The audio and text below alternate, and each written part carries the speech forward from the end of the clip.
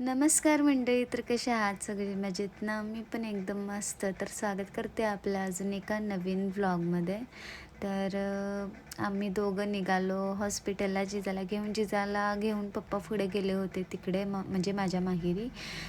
माझं माहेर जवळच आहे, तर पप्पा सकाळी घेऊन गेले. माझे चिमणो गो कतो खेळायला लागलोय मामा संगत खेळायला लागले.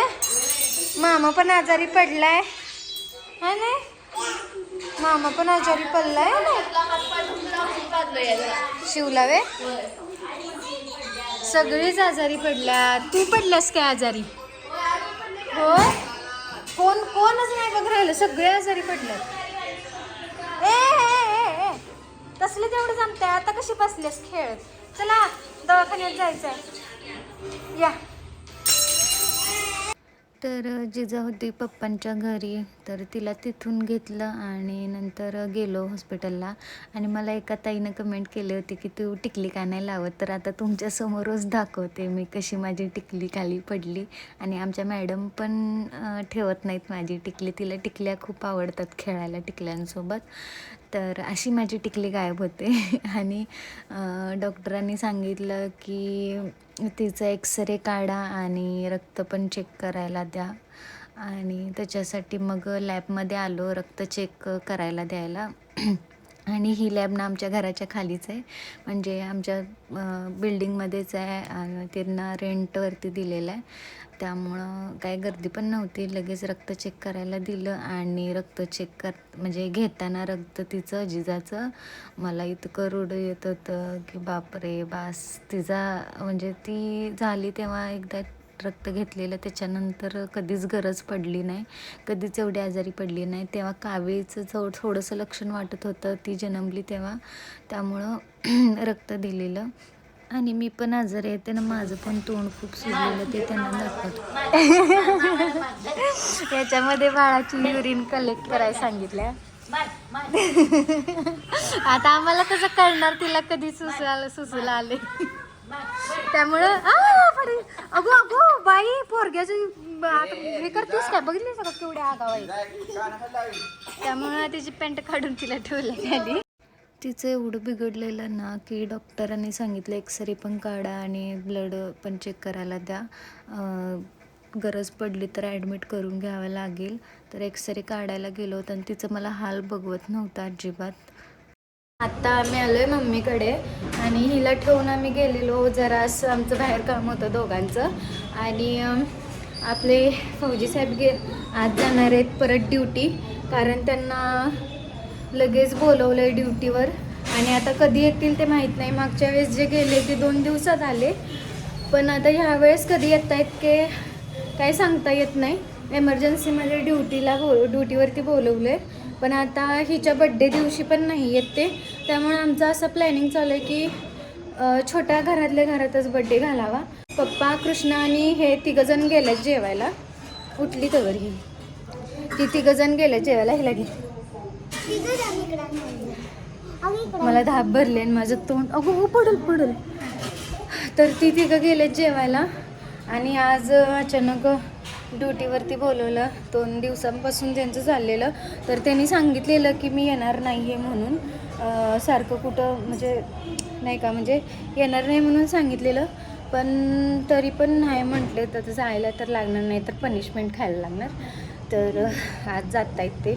आणि मेन म्हणजे जिजाच्या बड्डेला नाही आहेत, त्याचं मला जास्त दुःख वाटायला लागलं आहे. कारण सकाळपासून त्यांचं इतकं तोंड पडलं आहे, दुसरं काय नाही, फक्त जिजाचा पहिला बड्डे आणि पहिल्याच बड्डेला ते नाही आहेत, तर त्याचं जास्त त्यांना दुःख झालं आहे. आणि सोबत मलासुद्धा, मला आत्तापासूनच रडू यायला लागले. माझं तोंड पण माझं सुजलेलं आहे जास्त.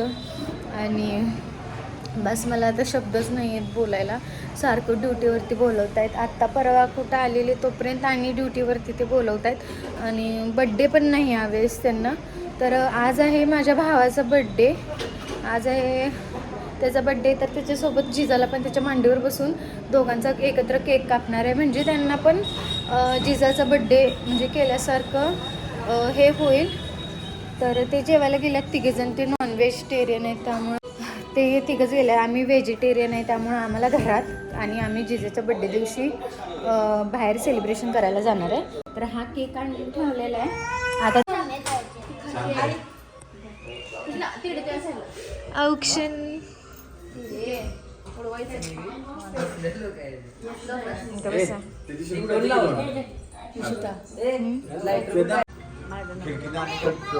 हुबार की हॅपी बर्थडे टू यू.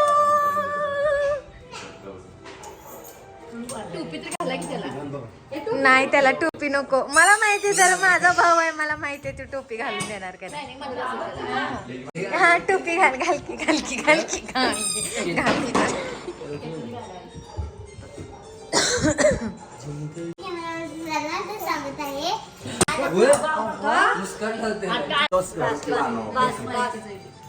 तुझं पुढच्या वर्षी हाय गोड मैदान लांब नाही.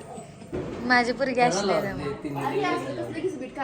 बायका लगेच बीट काढा केलाय काय केलेस? अगं काकी आपण बोरनान करत नाहीये हो.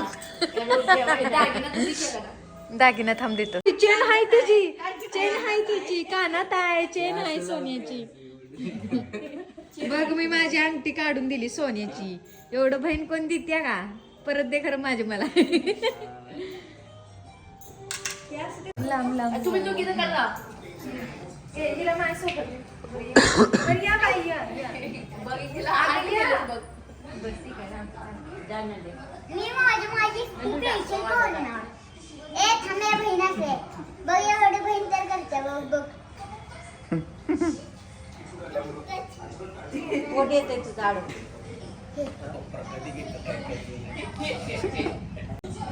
आणि तू भैया कशी तर बस की पुसणार शिव. नाही नाही हा हातात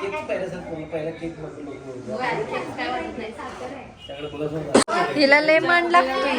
हिला लय मान लागतोय. बघ हो पटकन नाही तर मार खाशी.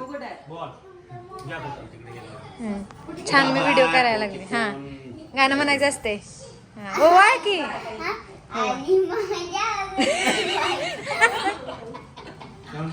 आली माझ्या घरी दिवाळी. भाव माझ्या घरी मला नाही कापसर घेतला बाई महाराजांनी काय माझं चोरून घेतलेलं आहे बघा. मग तुझं दुकान दिसल तुटल. काढा हो पप्पा त्याच्याकडे बघा की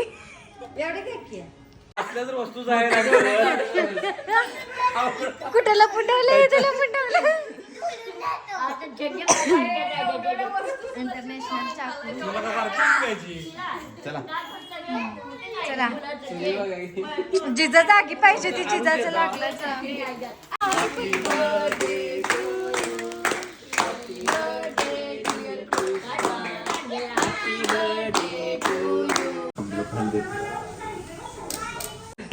ए थांबू काय शिजा जरा खावा की रडू नका सर. हो चला.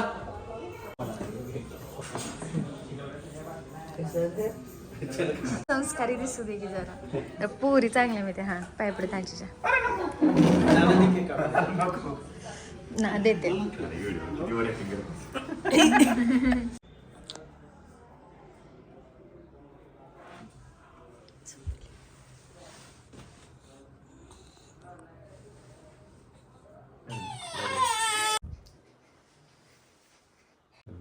येते मी काय आमचं नाही निघाल लागणार.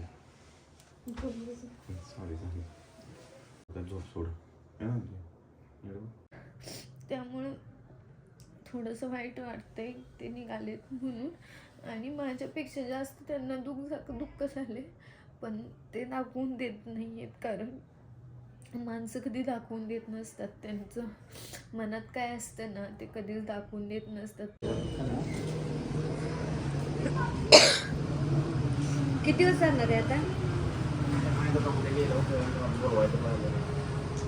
नंतर बोलायला नसतं जाणार कशाला बोलत असतं. 「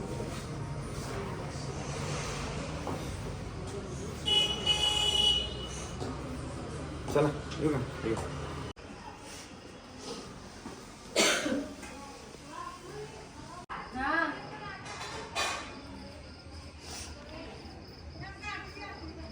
चला चला काय कुठं गेलं ए शिव दाजी चाललेत.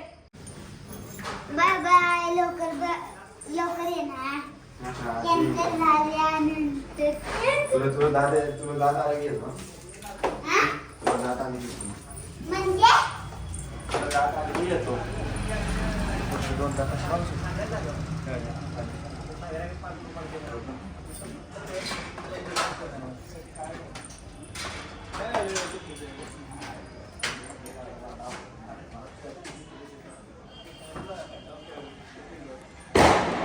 तर हे बाय ट्रेननं जाणार होते आणि कृष्णा म्हणजे माझा भाऊ आणि पप्पा दोघेजण सोडायला गेले होते. मी काही गेले नव्हते. आणि कृष्णा माझा फोन घेऊन गेला होता. तिकडे त्याला फोटोज वगैरे काढायचे होते स्टेशनवरती. मग त्यानं व्हिडिओ सकट घेतले.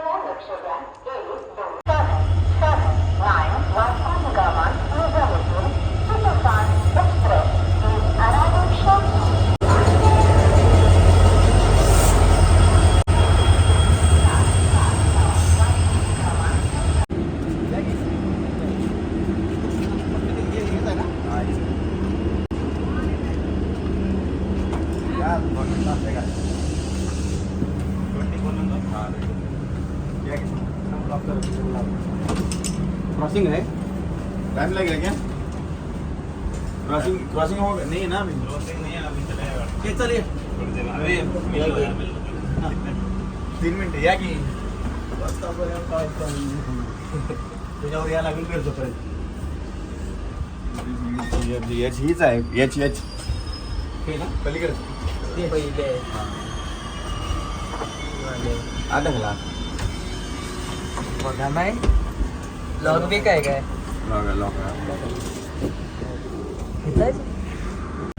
टाटा चला फोन करतो चला